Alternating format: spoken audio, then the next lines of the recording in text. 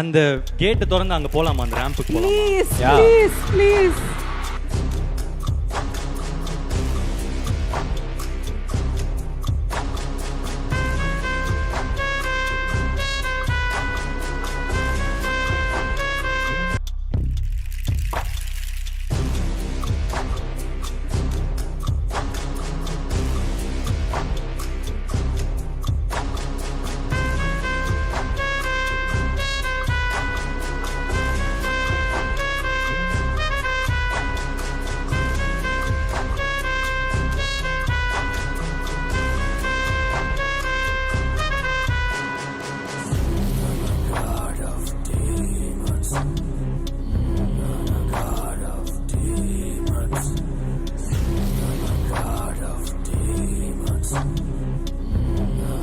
இல்ல இவ்வளவு தூரம் வந்துட்டு இவ்வளவு பக்கம் வராம போனா எப்படி?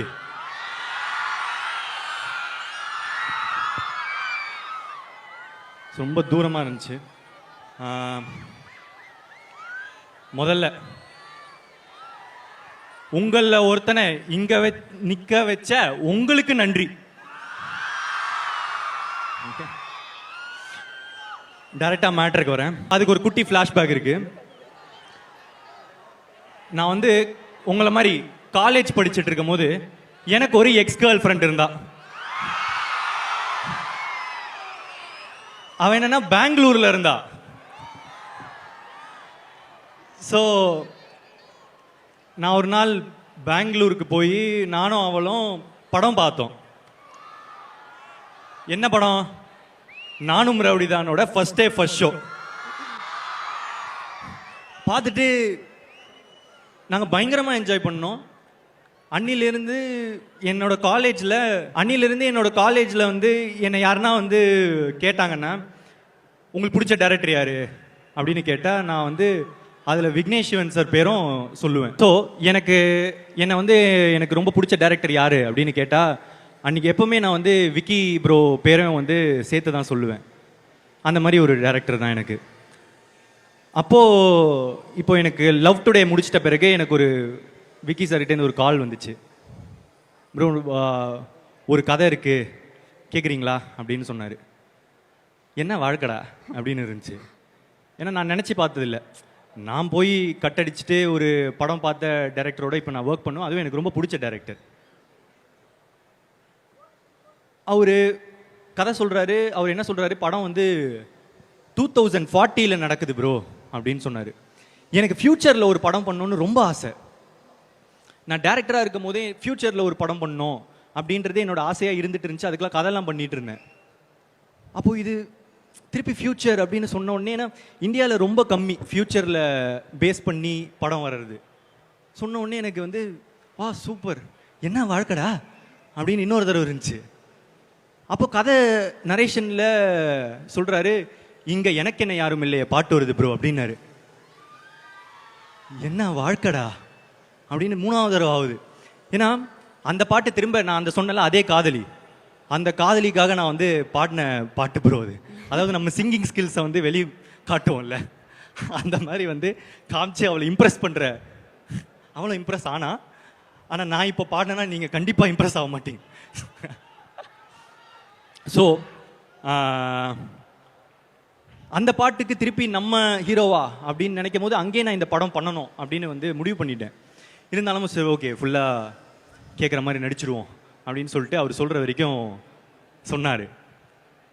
சொல்லி முடிச்சிட்ட பிறகு இந்த படம் பண்ணுறது அப்படின்றது வந்து ரொம்ப ஃபிக்ஸ் ஆகிட்டோம். அதை தாண்டி அனிருத் ப்ரோ மியூசிக் அப்படின்னு வந்து சொன்னார். எனக்கு முன்னாடியே தெரியும் விக்கி ப்ரோனா அனிருத் ப்ரோ தானே அப்படின்னு சொல்லிட்டு அதில் எனக்கு முன்னாடியே ஒரு சந்தோஷம் தான், எப்படி இருந்தாலும் அனிருத் ப்ரோ மியூசிக் இருக்கும் அப்படின்னு சொல்லிட்டு இருந்தேன். இப்போ என்னென்னா அனிருத் அப்படின்ற ஒருத்தரோட இந்தியாவில் இருக்கிற எல்லாருக்குமே ஒர்க் பண்ணணும்னு ஆசை. நானும் இந்தியன் தானே, எனக்கு ஆசை இருக்கும்ல. ஸோ எனக்கு அந்த ஆசை வந்து நிறைவேற்றிச்சு இந்த லைக் படம். Thank you bro, thanks for working with me. And நான் அவரோட டேலண்ட்டை வந்து அதான் நான் சொன்ன மாதிரி இந்தியாவுக்கே வந்து தெரியுங்க. ஆனால் நான் அதை தாண்டி ஒரு விஷயம் பார்த்தேன். அவர் ரொம்ப க்யூட்டு. ஆக்சுவலாக க்யூட்டாக இருக்கிறவங்கெல்லாம் நல்லவங்களா தெரிவாங்க அப்படின்றது இப்போது ட்ரெண்டாக இருக்கலாம். ஆனால் எனக்கு நல்லவங்களாம் ரொம்ப க்யூட்டாக தெரிவாங்க. அதில் நீங்கள் பயங்கர க்யூட்டு ப்ரோ. எனக்கு ரொம்ப நல்லவராக நீங்கள் தெரியுறீங்க. எனக்கு இந்த ஒரு நல்ல பர்சனோட எனக்கு இன்னும் நிறைய படங்கள் பண்ணணும் அப்படின்றத தாண்டி இல்லை, எனக்கு உங்களோட நிறைய டைம் ஸ்பெண்ட் பண்ணணும்னு ஆசையாக இருக்குது. அண்ட் அதுக்கு ஒரு ஆப்பர்ச்சுனிட்டி எப்போனா கிடைக்கும் நான் நினைக்கிறேன். Like I want to spend more time with you. நானும் வந்து காலேஜில் வந்து படித்து முடித்த பிறகு ஏடியா சேரணும்னு ஆசைப்பட்டேன். அப்போ எனக்கு அவரை மாதிரியே எஸ்ஜே சூர்யா சாரோட ஸ்க்ரீன் பிளேனா எனக்கு ரொம்ப பிடிக்கும். ஸோ நுங்கம்பாக்கத்தில் ஒரு ஃப்ளாட்டு, அங்கே போயிட்டு என்னோட ரெஸ்யூம் கொடுத்து சாரை பார்க்கணும் அப்படின்னு சொன்னேன். இல்லை சார் பார்க்குறது கஷ்டம், நீங்கள் ரெஸ்யூம் கொடுத்துட்டீங்களா, நீங்கள் கிளம்பலாம் அப்படின்னு சொன்னாங்க. நான் என்ன பண்ணேன், அப்படியே அந்த ஃப்ளாட் விட்டு வெளியே போயிட்டு ஆப்போசிட்டில் ஒரு படிக்கட்டு இருந்துச்சு, அங்கேயே உட்காந்துட்டேன். ஏன்னா எப்படி இருந்தாலும் சார் இப்படி தானே ஆஃபீஸ் விட்டு வெளியே போகணும், அவரை பார்த்துடலாம்ல. ஏன்னா ரெஸ்யூம் எப்போவுமே போய் சேருமா அப்படின்றது டவுட்டு தான். அதனால் அவரை பார்த்து பேசிடணும் அப்படின்னு சொல்லிட்டு அந்த படிக்கட்டில் உட்காந்துட்டேன். இந்த டைமில் நான் வந்து ஒரே ஒரு ப்ரெசன்டேஷன் போடணும்னு ஆசைப்பட்றேங்க. ஏன்னா இது ஒரு பெரிய கதைன்றதுனால, நீங்கள்லாம் காலேஜ் ஸ்டூடெண்ட்ஸ் வேறு, ப்ரெசன்டேஷன்லேயே டீல் பண்ணுறேன். ஏன்னா நிறைய கதைகள், கிளைக்கதைகள், கேரக்டர்ஸ் இருக்குது. அந்த ப்ரெசன்டேஷன் போடுறீங்களா?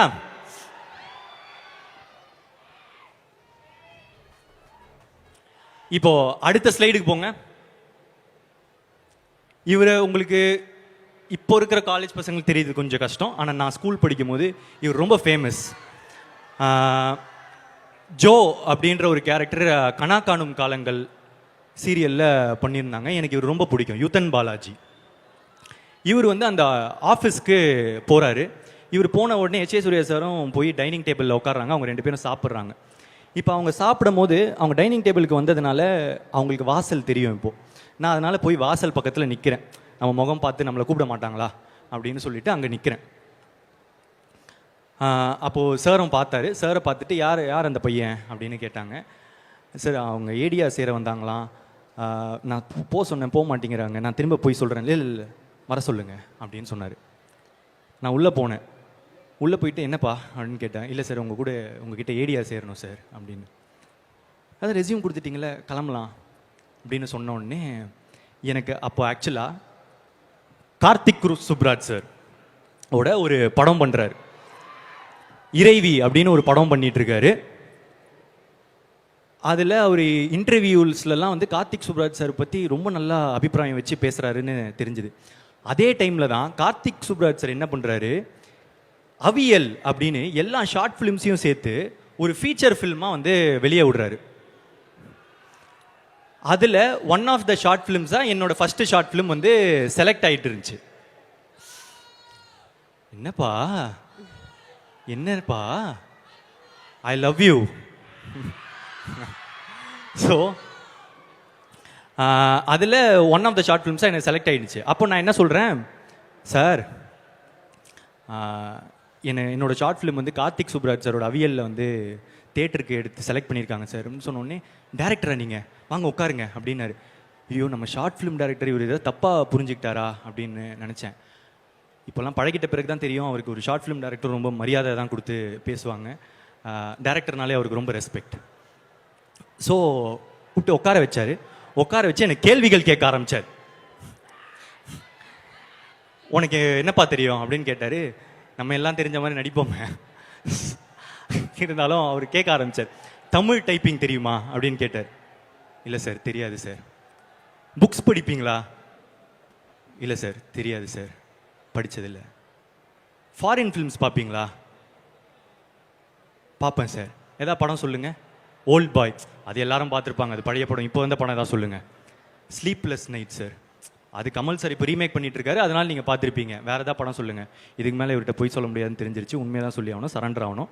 அதனால் இல்லை இல்லை சார், அவ்வளோ பார்க்க மாட்டேன் அப்படின்னு. அப்போது வந்து அவர் சொன்னார், கேமரான்றது எங்கேருந்து வருது? அங்கேருந்து தானே வருது, ஃபாரின்லேருந்து தானே வருது. நீங்கள் என்ன இப்போ போட்டுட்டு இருக்கீங்க? வேஷ்டியாக கட்டிகிட்டு இருக்கீங்க. விக்கி சார் வேஷ்டி கட்டிகிட்டு இருக்காரு, நான் அன்றைக்கி ஜீன்ஸ் போட்டுட்டு போயிருந்தேன். ஸோ நீங்கள் என்ன போட்டுட்டு இருந்தீங்க? வேஷ்டி ஆகிட்டு இருக்கீங்க. நீங்கள் வந்து ஜீன்ஸ் தானே போடுறீங்க, அதானே காமனாக யூஸ் பண்ண. அது எங்கேருந்து வருது? அங்கேருந்து தானே வருது. அப்போது அங்கேருந்து கற்றுக்கிறதுல என்ன உங்களுக்கு பிரச்சனை? இங்கே பாருங்க அப்படின்னு சொல்லிட்டு, இது அவர் பண்ணியிருக்கவே தேவையில்லை. அவர் ஃபோன் எடுத்து நியூ இங்கிலீஷ் மூவ் அப்படின்னு போடுறதுக்குள்ளே ட்ராப் டவுன் இறங்குது. இங்கே பார்த்தீங்களா, நான் டைப் பண்ணுறதுக்குள்ளே கீழே ட்ராப் டவுன் வருது. அந்த லெவலுக்கு ஈஸியாக போயிடுச்சு உலகம். இந்த டைமில் ஓகே, சிடி கேசட்டு இந்த மாதிரி கஷ்டமாக இருந்துச்சுன்னா நீங்கள் பார்க்காததில் ஒரு நியாயம் இருக்குது. இவ்வளோ ஈஸியாக இருக்கும் போது நீங்கள் அந்த எஃபர்ட் போடலனா தப்பு இல்லையா? சொல்லுங்கள், தப்பு இல்லையா அப்படின்னு கேட்டார். தப்பு தான் சார். உங்களுக்கு என்ன வயசாகுது? 21 வயசு. போய் எல்லாத்தையும் கற்றுட்டு வாங்க. சரி, கற்றுக்கிட்டா சேர்த்துப்பீங்களா? கற்றுக்கிட்டு வாங்க அப்படின்னு சொன்னார். அங்கேருந்து கீழே போனேன். கீழே போனால் யுத்தன் பாலாஜி வராரு. வந்துட்டு அன்றைக்கி என்கிட்ட ஒரு 4 வார்த்தை நல்லதாக சொன்னார். என்ன சொன்னாருன்னு எனக்கு அவ்வளோ ஞாபகம் இல்லைங்க, ஆனால் நல்லதாக சொன்னார். நம்ம எப்பவுமே கொஞ்சம் லோவாக இருக்கும் போது அவங்க என்ன சொல்கிறாங்கன்றது முக்கியம் இல்லை, நல்லதாக சொன்னாங்கனால அதுவே போதும். அவங்க கடைசி வரைக்கும் நம்ம வாழ்க்கையில் நல்லவங்களாக நிற்பாங்க. அந்த மாதிரி எனக்கு அவர் நிற்கிறார். அஸ்வத் அவர்கிட்ட போயிட்டான்னா, எனக்கு வந்து எஸ்ஜே சூர்யா சார்கிட்ட கதை சொல்லணுன்னு ஆசையாக இருக்குது, ஏதாவது வழி இருக்கா அப்படின்னு கேட்டேன். மச்சான் இருறா அப்படின்னு சொல்லிட்டு போனார். பக்கத்து ரூமுக்கு போனார். போயிட்டு கால் முடிச்சு, என்ன யாருக்கு கால் பண்ணார் தெரியுமா? ஸ்ரீ கார்த்திக். இவங்க வந்து ஒரு கணம் படத்தோட டைரக்டர். இவர்கிட்ட பேசிட்டு வந்து என்கிட்ட வந்து சொன்னாங்க, மச்சான் நான் ஸ்ரீ கார்த்திக்னு எனக்கு ஒரு ஃப்ரெண்ட் இருக்கான், அவன் வந்து ட்ரீம் வாரியர்ஸில் ஒரு படம் பண்ணுறான். அவன் அதே ட்ரீம் வாரியர்ஸ் வந்து மான்ஸ்டர்னு ஒரு படம் பண்ணுறாங்க. அந்த மான்ஸ்டரில் ஹீரோ வந்து எஸ்ஜே சூர்யா சார் தான். ஸ்ரீ கார்த்திக் என்ன சொல்கிறான், அவனால் உன்னை வந்து அந்த செட்டுக்கு கூப்பிட்டு போக முடியுமா? அதுக்கு மேலே உன்னோடது ராண்டா அப்படின்றான். நான் ஓகே, நான் போதும்ண்ணா அப்படின்னு. இப்போ இங்கே என்னென்னா, பசங்க அவங்க ஃப்ரெண்டுக்கு மட்டும் ஹெல்ப் பண்ண மாட்டாங்க, அவங்க ஃப்ரெண்டோட ஃப்ரெண்டோட ஃப்ரெண்டோட ஃப்ரெண்டோட ஃப்ரெண்டோட ஃப்ரெண்டோட ஃப்ரெண்டுக்கும் ஹெல்ப் பண்ணுவாங்க. அவ்வளோதான் பசங்க. அந்த மாதிரி தான் ஸ்ரீ கார்த்திக்கு, அந்த மாதிரி தான் அஸ்வத். 2 பேரும் என்னை ஹெல்ப் பண்ணாங்க. என்னை கூப்பிட்டு போய் அந்த செட்டில் நிற்க வச்சாங்க. வெயிட் பண்ணிகிட்டு இருந்தோம். எஸ்ஜே சூர்யா சார் வந்தார். வந்த உடனே நான் போய் பேசினேன். சார் நான் இந்த மாதிரி வேல்ஸில் வந்து சைன் பண்ணியிருக்கேன், உங்ககிட்ட கதை சொல்லணும் சார் அப்படின்னு. சரி இப்போ நான் கேட்டுறேன்னாரு. ஆனால் எனக்கு ஆக்சுவலாக நம்பிக்கை இல்லை. ஸோ அதனால் அங்கேயே வந்து நான் வந்து சார் நான் எனக்கு ஒரு 1 minute டைம் தெரியுங்களா, நான் வந்து 1 line மட்டும் இங்கே சொல்கிறேன். இல்லைப்பா நான் இன்னொரு நாள் கேட்டுடுறேன் அப்படின்னாங்க. ஸோ ரேம்புக்கு வரேன்ப்பா, இங்கே தான் சவுண்டு கொஞ்சம் இதுவாக இருக்குது. Okay yeah. ஸோ வரேன்ப்பா வரேன். ஸோ ஸோ நேராக போயிட்டு இருக்கும்போது இந்த மாதிரி தடைகள் வந்தால் கொஞ்சம் கஷ்டமாக இருக்குது. இந்த படத்துக்கும் இந்த மாதிரி தான் நிறைய தடைகள் வந்துச்சு. என்னால் வந்துடுவோம். ஐயா அவனை யாராவது கொஞ்சம் மியூட் பண்ணுங்க ஐயா. எங்கே விட்டேன்? செட்டுக்கு போனோமா. செட்டுக்கு போயிட்டு சார் சொன்னார்,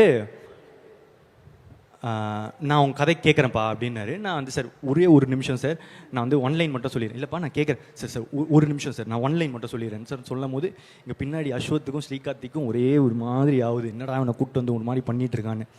ஆனால் இப்போ என்னென்னா, வாய்ப்பு வந்து எப்போனா தான் ஒரு தடவை கிடைக்கும், அதை மிஸ் பண்ணிட்டா திருப்பி கிடைக்குமான்னு தெரியாது. அதனால் ஃபுல் எஃபர்ட் போட்டுருணும். நோ சொன்னால் நோ சொல்லிட்டோம். ஸோ அதனால் சொல்லிட்டு நான் சார் 1 line சார் அப்படின்னு, இங்கே பாருங்கப்பா நான் கண்டிப்பாக கேட்குறேன், இதுதான் என் நம்பரு எடுத்துக்கோங்க அப்படின்னு சொன்னார். சரி ஓகே நம்பர் தந்துட்டாரு அப்படின்னு சொல்லிட்டு நான் வந்து ஒரு வீக்லி ஒரு ரிமைண்டர் போட ஆரம்பித்தேன். ஒரு நாள் வந்து அவர் சொன்ன மாதிரியே எனக்கு வந்து பிரதீப் சார் பிரதீப்னு சொல்ல மாட்டார், சார் தான். Sir are you free today அப்படின்னு சொன்னார். அன்னைக்குன்னு பார்த்து த்ரோட்டு போயிடுச்சு, ஃபுல் கோல்டு. ஸோ எனக்கு பயங்கர கோல்டு, எனக்கு பேசவே முடியல. இப்போ நான் இந்த வாய்ஸில் போய் அவருக்கு வந்து நரேஷன் கொடுத்தா கண்டிப்பாக ஓகே ஆகாதுன்னு எனக்கு தெரியும். ஆனால் அதே டைமில் இந்த வாய்ப்பை தட்டி விட்டுட்டா திரும்ப கிடைக்குமானோ எனக்கு தெரியல. ஸோ என்ன பண்ணுறேன், அவருக்கு கால் பண்ணி, சார் எனக்கு ஆக்சுவலாக வாய்ஸ் கொஞ்சம் இப்படி ஆயிடுச்சு சார், நான் கொஞ்சம் சார் நம்ம இன்னொரு நாள் மீட் பண்ணலாமா சார் அப்படின்னு சொல்லி கேட்குறேன். ஏன்னா அப்படியே லைவ் ப்ரூஃப் தரேன், அப்போ தான் நம்புவார், இல்லைனா பொய் சொல்கிறேன்னு கூட நினச்சிக்கலாம்ல. ஸோ அவரும் வந்து இல்லைப்பா நான் வந்து உனக்கு நான் இன்னொரு நாள் நான் கண்டிப்பாக கேட்குறேன் அப்படின்னு சொன்னார். இன்னொரு நாள் நடக்குது.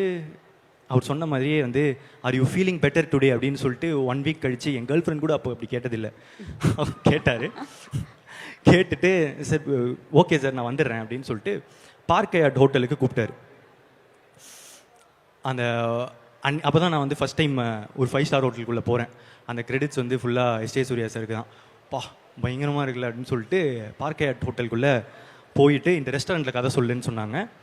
அவர் மிகப்பெரிய தப்பு பண்ணுறாருன்னு எனக்கு தெரிஞ்சிருச்சு. ஏன்னா நான் கொஞ்சம் லவுடாக நரேட் பண்ணுவேன்.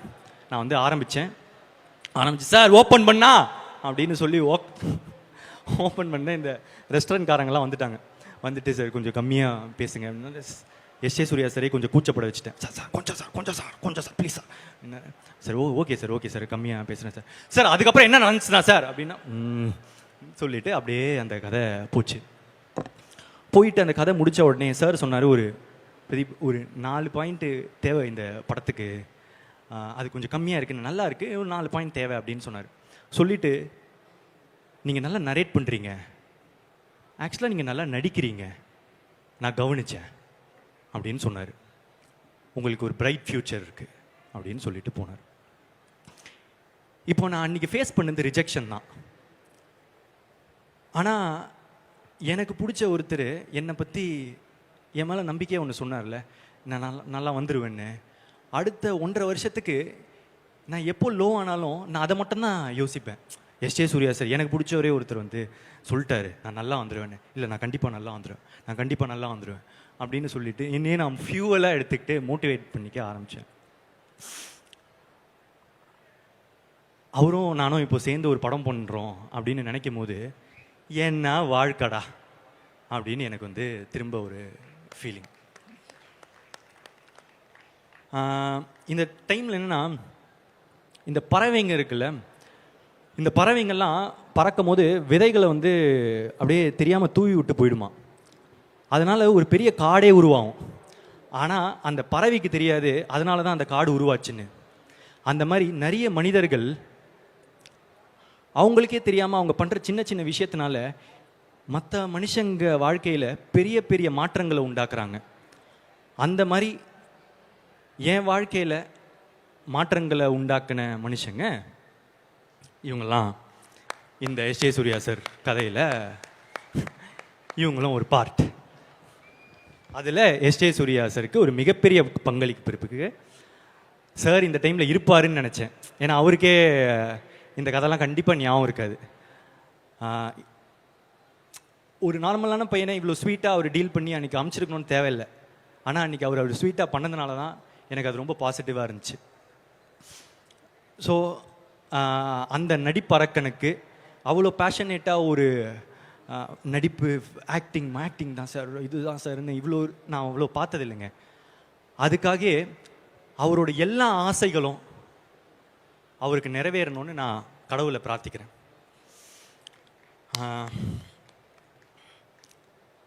அதை தாண்டி இந்த ப்ரெசன்டேஷன் ஐடியா எங்கேருந்து வந்துச்சுன்னா நம்ம சீமான் அண்ணன்கிட்டேருந்து தான் வந்துச்சு. அவர் பிரச்சாரம் போகும்போதெல்லாம் வந்து இப்போது இந்த மாதிரி ப்ரெசன்டேஷன் போட்டு எக்ஸ்பிளைன் பண்ணுறத பார்த்தேன். ஆக்சுவலாக எனக்கு ரொம்ப பிடிச்சிருந்துச்சு, சொல்கிறதெல்லாம் கொஞ்சம் புரியுது. ஸோ இந்த ஐடியா நல்லா இருக்கே அப்படின்னு சொல்லிட்டு அந்த விதையை நான் எடுத்துக்கிட்டேன். இந்த மாதிரி அவர்கிட்ட நிறைய சீமான் அண்ணன்கிட்ட நிறைய நல்ல குவாலிட்டிஸ் இருக்குது. ஃபார் எக்ஸாம்பிள் எல்லாரையும் ரொம்ப நல்லா பார்த்துப்பாரு. வாண்டா இவன் வேற ஒருத்தன்.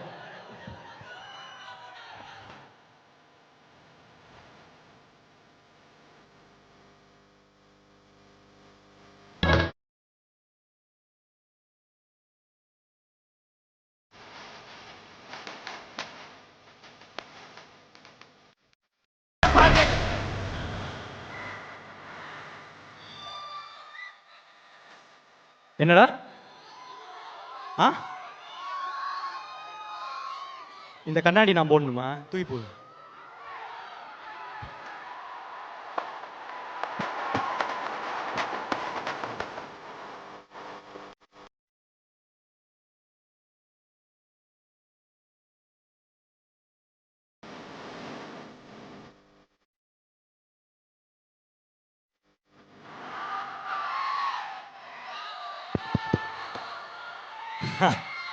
சரி, இப்போ கண்டினியூ பண்ணலாம். இப்போ என்னன்னா, ஸோ சீமான் சார் கிட்ட இந்த மாதிரி நிறைய நல்ல குவாலிட்டிஸ் இருக்கு. நான் போய் சாப்பிட போனேன்னா அவரே சமைச்சு எடுத்துட்டு வருவார். எடுத்துட்டு வந்து, தம்பிக்கு இது வச்சியா, தம்பிக்கு அதை வச்சியா, தம்பி சாப்பிட்டாரா, இதை சாப்பிட்டாரா அப்படின்னு சொல்லிட்டு கேட்பாரு. இவன் இவன் இவன் வந்து விடமாட்டான் போல இருக்குது. டேய் நான் வரேன்டா.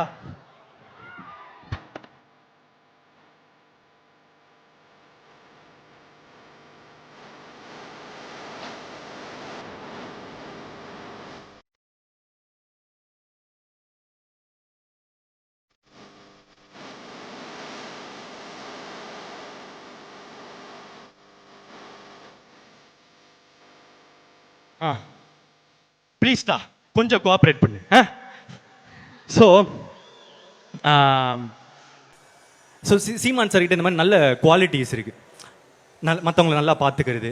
அதுக்கப்புறம் அவர் அறிவை வந்து ரொம்ப ஷோ ஆஃப் பண்ண மாட்டார். அதாவது அவருக்கு இருக்கிற அறிவு வந்து ரொம்ப அதிகம். ஆனால் எனக்கு வந்து அவருக்கு தெரிஞ்ச அளவுக்கு அவ்வளோ விஷயங்கள் எனக்கு தெரியாது. அதெல்லாம் கொண்டு வந்து என்கிட்ட பேச மாட்டார். அதே மாதிரி அரசியல்லேருந்து யாருன்னா வந்தாங்கன்னா அவங்ககிட்ட போய் சினிமா பேச மாட்டார். யார் யாருக்கிட்ட என்னென்ன பேசணுமோ அதை மட்டுமே பேசுவார். அது ஒரு பயங்கரமான குவாலிட்டி. அதை நான் அவர்கிட்ட அப்சர்வ் பண்ணேன். அதை நான் யூஸ் பண்ணணும்னு நான் நினைக்கிறேன். இந்த மாதிரி சார் ஆக்சுவலாக அவரும் நான் பார்த்த ஒன் க்யூட். ஸோ சீமான் சார், அதுக்கப்புறம் இந்த மாதிரி ஒரு லிஸ்ட் வச்சுருக்கேன். ஒரு செகண்ட்.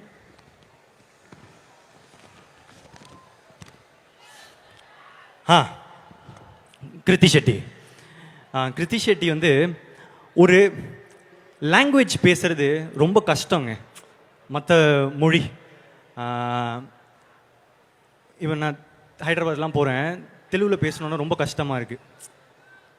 அந்த மாதிரி மொழி வந்து இன்னொரு ஸ்டேட்டுக்கு வராங்களோ இல்லை பக்கத்து ஸ்டேட்டு போகிறாங்க, இது அந்த மொழி கற்றுக்கிறதுன்றது அது ஒரு கொஞ்சம் கஷ்டமான ஒரு விஷயம் தான். நமக்கே தெரியும்ல, நம்ம தமிழ்நாட்டில் தானே இருக்கும், நம்ம பார்த்துருக்கோம் நிறைய. ஸோ அந்த மாதிரி ஒரு இடத்துல கிருத்தி ஷெட்டி வந்து ஒரு 2 வருஷம் தான் நினைக்கிறேன், அதுக்குள்ளே ஃப்ளூயண்ட்டாக தமிழ் பேசுகிறாங்க. அதை தாண்டி அந்த படத்துக்கு இப்போது LIKக்கு அவங்களே டப் பண்ணியிருக்காங்க. அது பயங்கர இம்ப்ரெசிவ். ரொம்ப ஹார்ட் ஒர்க் பண்ணால் தானே அது பண்ண முடியும். Very much impressed Krithi Shetty. And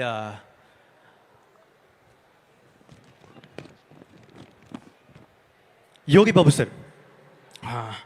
Yogi Babu சாரோட என்னோட 3வது கொலாபரேஷன் இது. ஓப்பன் ஃப்ரெண்ட் அப்படின்னு ஒரு கேரக்டர் பண்ணியிருக்காரு. அது ஒரு இன்ட்ரெஸ்டிங்கான கேரக்டராக இருக்கும். அவர் சொன்ன வந்த இடம்லாம் எனக்கு பிளாஸ்ட்டு. நீங்களும் என்ஜாய் பண்ணுவீங்கன்னு நினைக்கிறேன். ஐ லவ் யூ சார். நிறைய பண்ணோம் சார். அண்ட் கௌரி கிஷன், உங்களோட அந்த ஒரு ப்ரெஸ் ரிலீஸ், ப்ரெஸ் மீட், அந்த இது நீங்கள் எதிர்த்து நின்ன விஷயம் எனக்கு ரொம்ப பிடிச்சிருந்துச்சி. ஸோ அதுக்கு வாழ்த்துக்கள். அண்ட்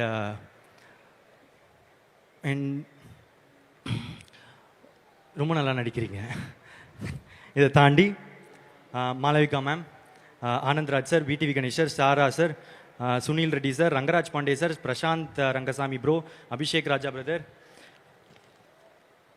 தீபிகா, ரியா சுமன், எழிலரசன், ஆல்பர்ட், காத்து கருப்பு, அதுக்கப்புறம் நிறைய யூடியூபர்ஸ், நிறைய இன்ஃப்ளூயன்சர்ஸ், கேமியோ பண்ண Mysskin sir, love you sir.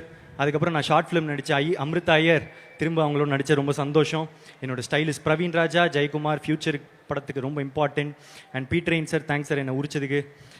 VFX mango post, நீங்கள் ரொம்ப இம்பார்ட்டன்ட் பில்லருங்க இந்த படத்துக்கு.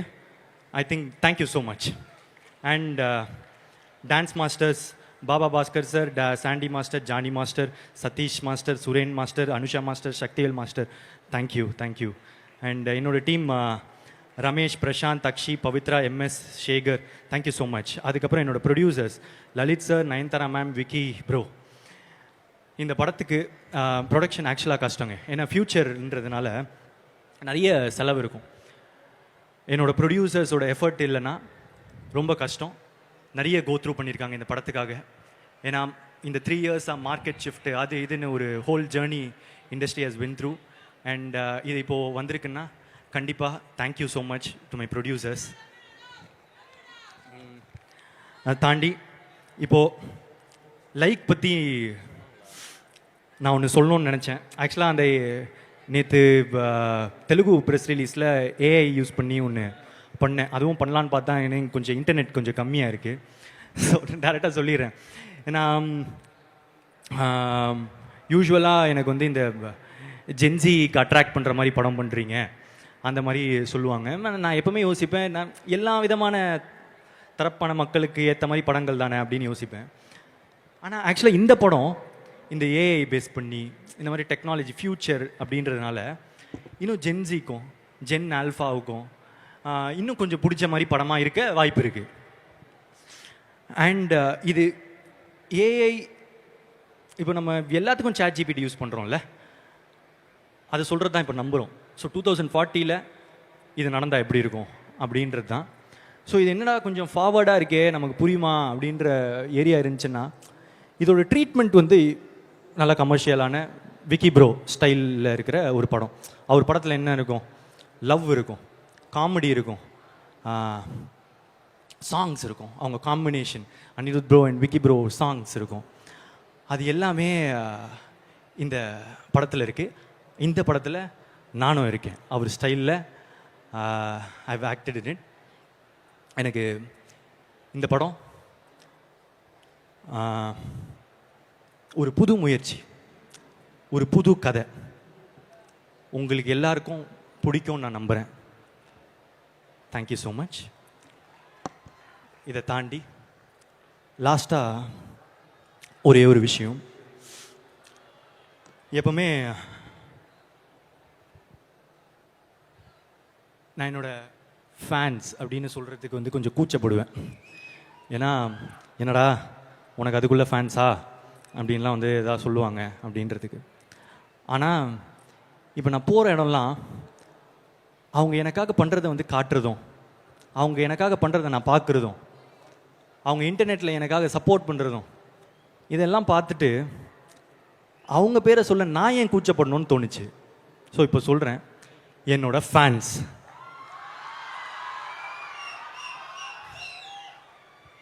உங்கள் எல்லாருக்கும் ரொம்ப நன்றி. நீங்கள் இல்லாமல் நான் இல்லை. I love you so much. டேய் தம்பி, முக்கியமாக உனக்குடா, ஐ லவ் யூடா. தேங்க்யூ. I love you.